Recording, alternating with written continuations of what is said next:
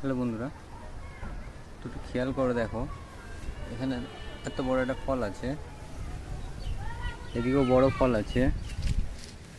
এখানে একটা ফল নষ্ট হয়ে গেছে,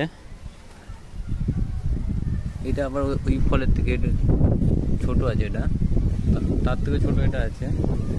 আবার একটা ফুল ফুটেছে, আর এইখানটা দেখো একটা কুড়িও আছে নতুন। তো এরকম কন্টিনিউ অক্টোবর নভেম্বর মধ্যে চলতে থাকবে ফুল ড্রাগনের। তো আপনারাও বাড়িতে ড্রাগন গাছ লাগাও, যাতে ফল আর কিনে না খেতে হয়। আর কীভাবে ছোটো থেকে বড় করবে আমার চ্যানেলে ভিজিট করো, বুঝতে পারবে, আমি হেল্প করবো। কোনো রাসায়নিক সার দিই না, কীভাবে টবের মধ্যে এত সুন্দর ফল গাছ করবে। ভিডিওটা ভিজিট করো চ্যানেলটা আমার, আর ভিডিওটা লাইক করো।